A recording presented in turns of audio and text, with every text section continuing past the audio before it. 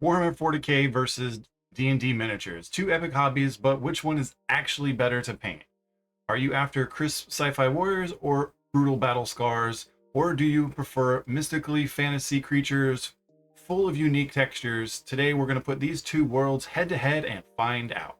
I actually started out playing and only painting D&D miniatures, and after a couple years of being a tabletop hobbyist, I've dived into the world of Warhammer 40K and fallen also in love with that, with more plastic habits that we should not all participate in.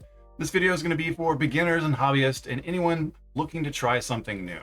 Let's talk plastic. The quality of the miniatures itself can completely change how fun or frustrating the painting is.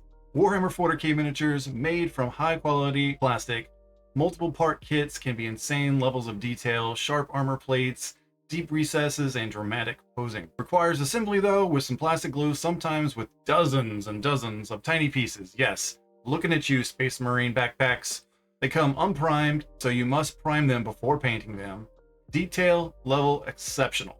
Fine panel lines, crisp details. Downsides, small parts can snap off and sometimes mold lines require extra cleanup. D&D miniatures, most are made from a softer plastic or sometimes pre-assembled and sometimes pre-primed.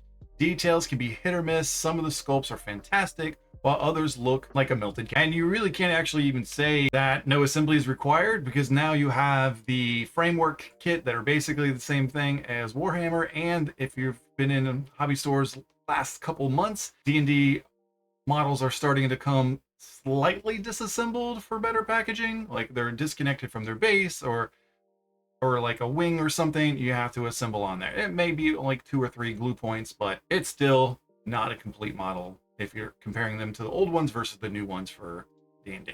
So in this category, what I would have to say is Warhammer 40K has crisper, higher quality miniatures, but requires more prep.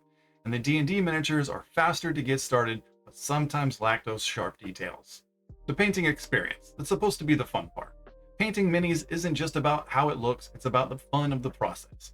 Warhammer 40K, you're often painting a uniformed army, so color schemes are usually predetermined. Techniques of hedge highlighting, panel lining, and battle damage are commonly used. Batch painting is the norm. If you're painting a Space Marine army, get ready to paint 30 identical dudes. Painting requires patience and precision, especially for those things like glowing power swords, and D&D miniatures have more creative freedom. There are no right ways to paint a goblin. Want a pink dragon? Go for it. More variety, monsters, humanoids, undead, animals, etc. You're not stuck painting the same faction over and over and over again.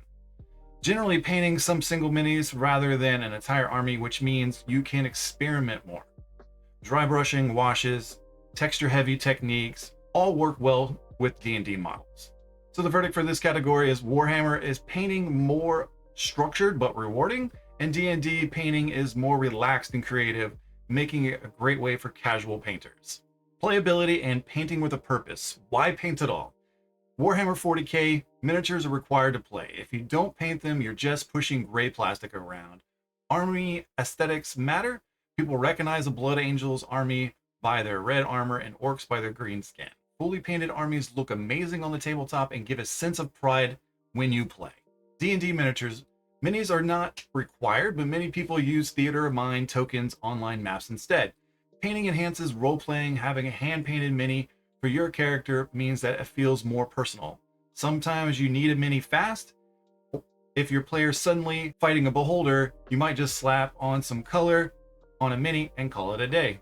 So the verdict on this one is Warhammer minis are essential for gameplay, while D&D minis are nice to have, but not 100% necessary.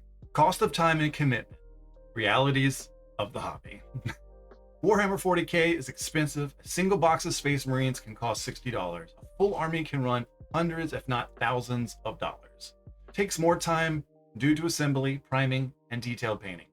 Warhammer players spend months or even years finishing the army. D&D miniatures, much cheaper per mini.